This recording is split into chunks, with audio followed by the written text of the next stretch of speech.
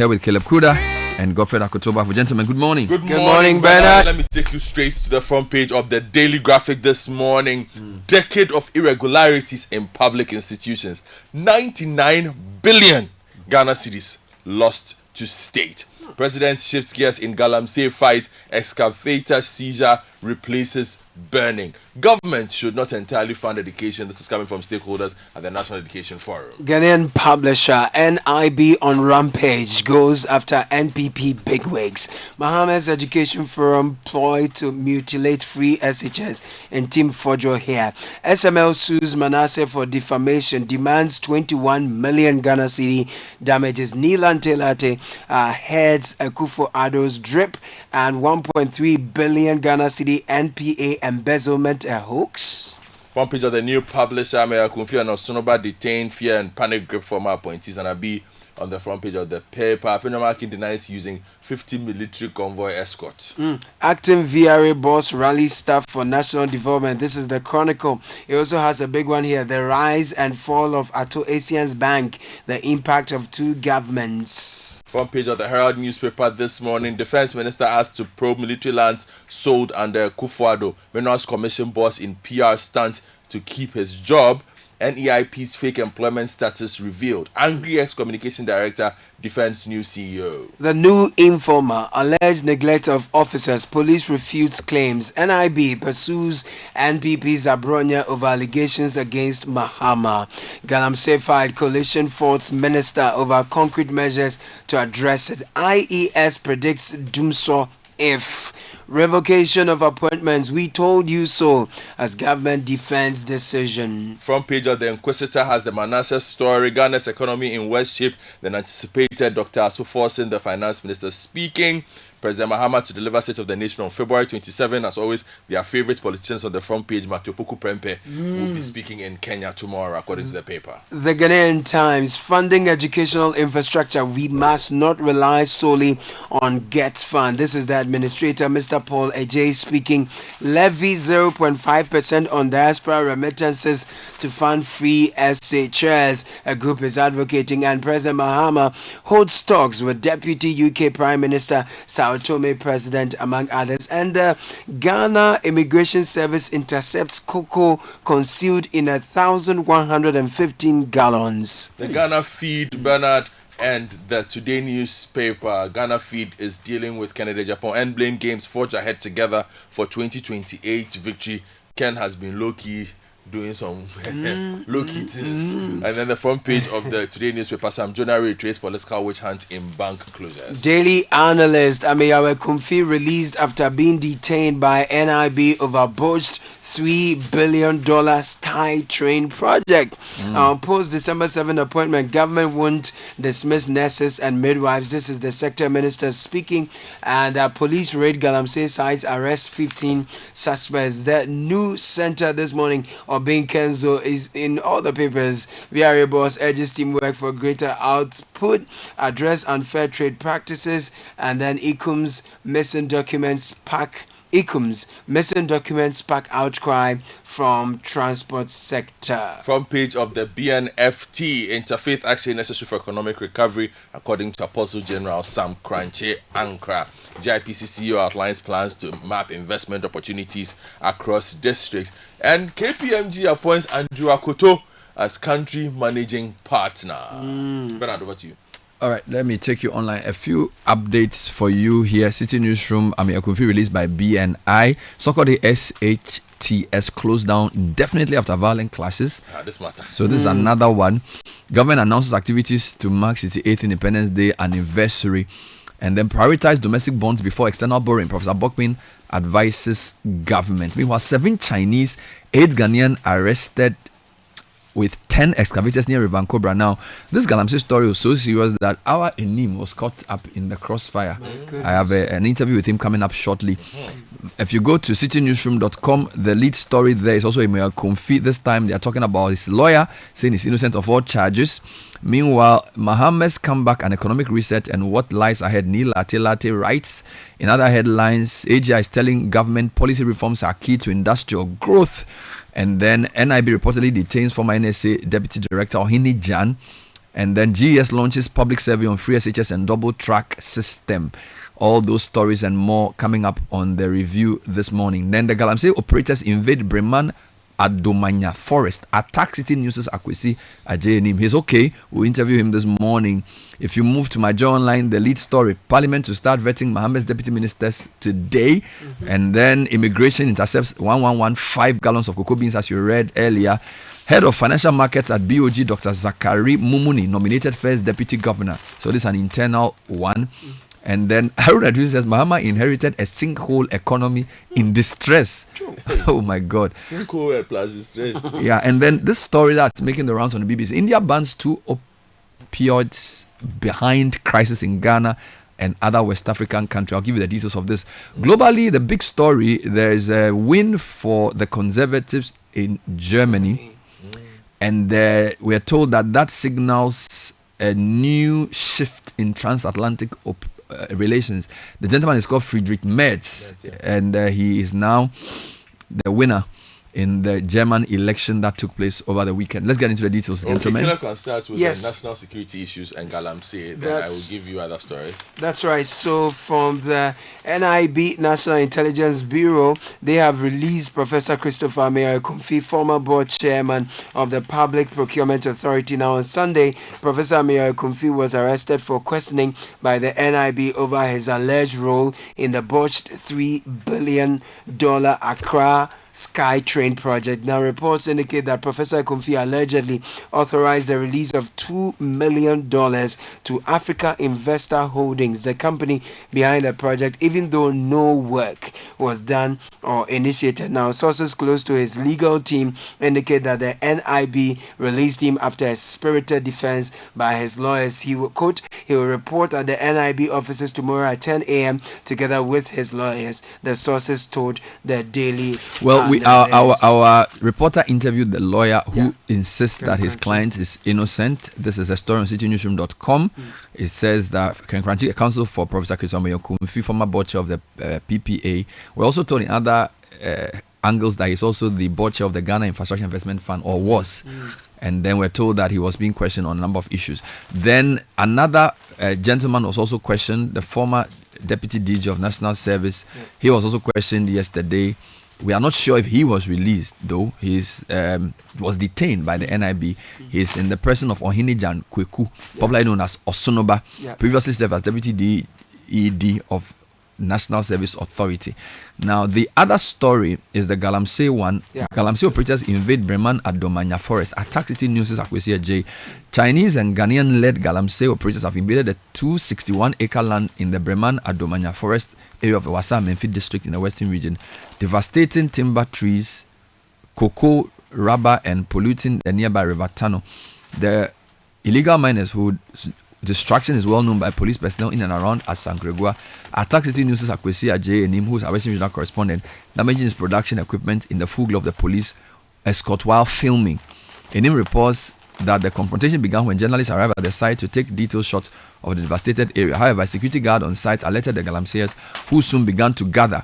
The mob pounced on the journalists, heckling them and forcefully ending their coverage by seizing their camera microphones and Enim's microphone as he attempted to record the altercation.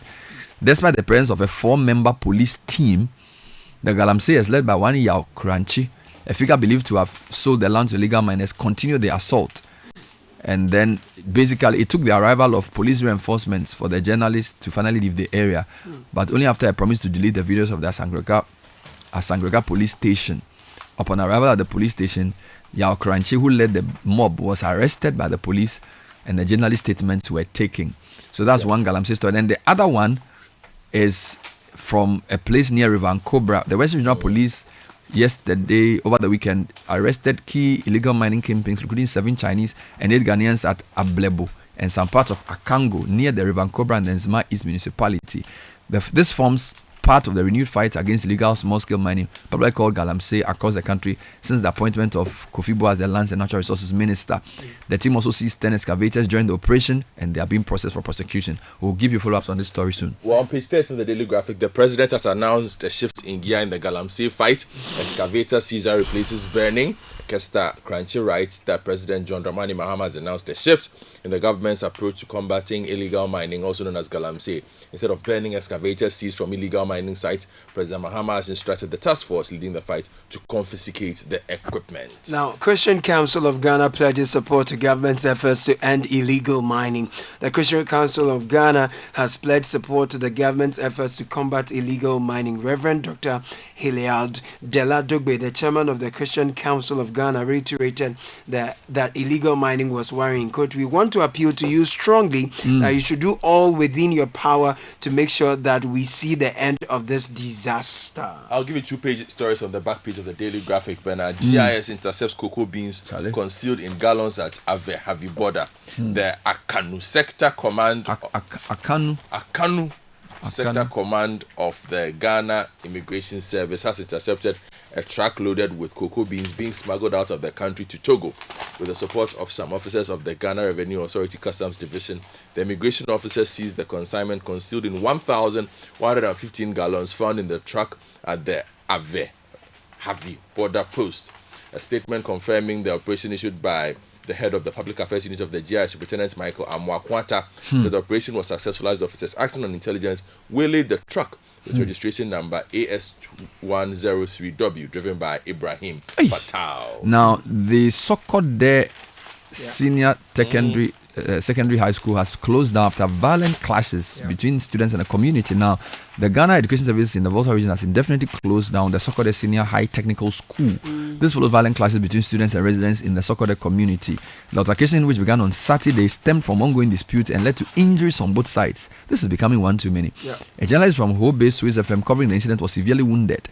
Now, additionally, several students and community members sustained varying degrees of injury. Police and military forces were deployed to the school and the Sokode community to restore order and prevent further escalation. Now, Volta Regional GS Director Francis Agbemiadi confirmed the closure, stating that the decision was made to ensure safety of students and staff while investigations are conducted. Let's come back to you, Kala. Right, so still on education, Mohammed's education forum ploy to mutilate free SHS. In Tim Fordra is speaking here. Former Deputy Minister of Education has slammed the upcoming National Education Forum as a wasteful and manipulative scheme by President Mohammed's administration. He accused the government of using the forum as a smokescreen to dismantle the free SHS policy and backtrack on key campaign pledges. Meanwhile, why don't you go to the forum and listen to what people are saying? Precisely. This is the national forum that's happening across the country. People are sharing their views on education. So if for nothing at all, go and hear what people are saying before you jump. Let's not. Honestly, I would also think, even as a former education minister, he should be interested in what they are discussing there and not playing politics like this. Especially when some of the data they have been releasing on free SHS have been found not to be correct. Charlie, what is anyway, this? let me take you to page 3 of the Daily Guide, Bernard. This story emerging from the NIB. Management of the National Entrepreneurship and Innovation Program has ordered all employees not to report to work starting from today until further notice. As an internal memo to the employees mentions unresolved issues related to their employment, salary payments, and some legal matters as reasons for this decision. I have 2 US-related stories for you. The first one has to do with Northern Ghana CSO scrambling for funds after USAID halt. Following the US government's issuance of a stop work order on USAID funding, civil society organizations in the Northern region have come together to assess its impact on communities, share their experiences, and explore alternative funding opportunities. This gathering serves as a platform to highlight their resilience and innovative responses to the challenges posed by the funding halt, with a particular focus on the way forward. Now, this directive to suspend all USAID funding has left many organizations in turmoil, leading to job losses and disruptions in critical development programs. The stop work order follows concerns about excessive spending, according to US authorities, that does not align with the interests of American people. Nearly 3 weeks into the suspension, CSOs in the region remain uncertain about what will happen after the 90-day review. Now, speaking to the ED of NORSAC, Muhammad Awal Al-Hassan, he emphasized that Northern Ghana has been the largest beneficiary of USAID funding, amounting to over $200 million. He stressed the urgent need for intervention to prevent further widening of the development gap between the northern and southern regions of the country. Some CSOs attributed the current funding freeze to previous administration's Ghana Beyond Aid policy, and then a few of them expressed concern that USAID funding might not return to its previous form, potentially having a long-term effect on Ghana's ability to attain SDGs. What the story does not do is to list the number of CSOs in the region.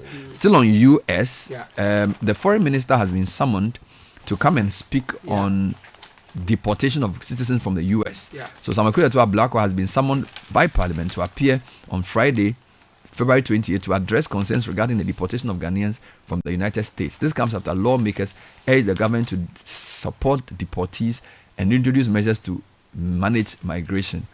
Well, the same Reverend Johnny Tim Fodjo, MP for Asin South, expressed concern about the treatment of Ghanaians in the US, and they led the charge for the minister to come. How he's been busy. No, I think this is a good one he's calling for. This one is I good. like how he's been busy. So Reverend Fodjo says what is most distressing about these deportations is not only the scale, but the inhumane treatment of our citizens at U.S. detention centers. He therefore called for the establishment of integration centers to support deportees who have spent most of their lives in America. This is what we expect MPs to use their space to be doing. Bernard, the youth of Bwepe are appealing for revamp of grounded Bwepe Share Factory. Now, the youth in Bwepe in the Central Gonja district have appealed to President John Dramani Mahama to revamp the grounded Bwepe Share Factory under the produce buying company. The Bwepe Share Factory was initiated by the NDC government in 2012 to provide direct and indirect jobs for the youth of Bwepe and also to produce and sell share products within the northern sector. Now, ChannelOne News' correspondent Malik Ghazari spoke to some frustrated youth who said they are here cleaning up the abandoned and malfunctioning factory to send a signal to the government to revamp it. The potential of share and the demand for it across the sub-region is one that should make us deal with this expeditiously, Bernard. All right. Let me give you some quick stories, Bernard, from the BNFT on page 2. Port Transport Unions protest illegal fees, delays at Tema Port. The Joint Association of Port Transport Unions has raised concerns over illegal fees and delays, calling on shipping lines to immediately halt the unlawful charges imposed on truck drivers when returning empty containers. Now, if you go to the Daily Graphic on page 56, a very sad story, but also a cautionary one. A soldier has been confirmed dead with 6 others severely injured in a motor accident on the Bolgatanka Boku Road. The deceased and the injured are yet to be identified. The accident occurred around 4 p.m. on Saturday. Eyewitnesses said the driver was speeding and lost control after one tire was detached, resulting in the accident. Bernard, quickly, policy intervention is needed to sustain the use of indigenous languages in schools. Tourism Minister is asserting now. She's bemoaning the fact that many of our mother languages were at risk of decline or extinction due to globalization, urbanization, and limited use in formal education and public life. So she's called on the Education Minister to provide tools for teachers to use mother tongue in school. In an election that is going to be consequential for relations between Europe and the US, Germany's conservatives under Friedrich Merz won Sunday's snap election with 28.5% of the vote, according to provisional results from the federal returning officer. Now, the far-right alternative for Germany was in second place with 20.8%. Ahead of German Chancellor Olaf Scholz's Social Democrats in third with 16.4%. Now, what this means, and based on what the Chancellor in waiting has said, he says US is indifferent to Europe's fate. He questioned the future of NATO and demanded Europe boost its own defense quickly. I think we need a big global geopolitical conversation, Godfred. Okay. Between when you are ready. Yeah, this because China, India, Africa, BRICS, Germany, Europe, US, a lot to talk about. Thank you, gentlemen. We'll be back with the City Business News. Stay with us. The City Breakfast Show.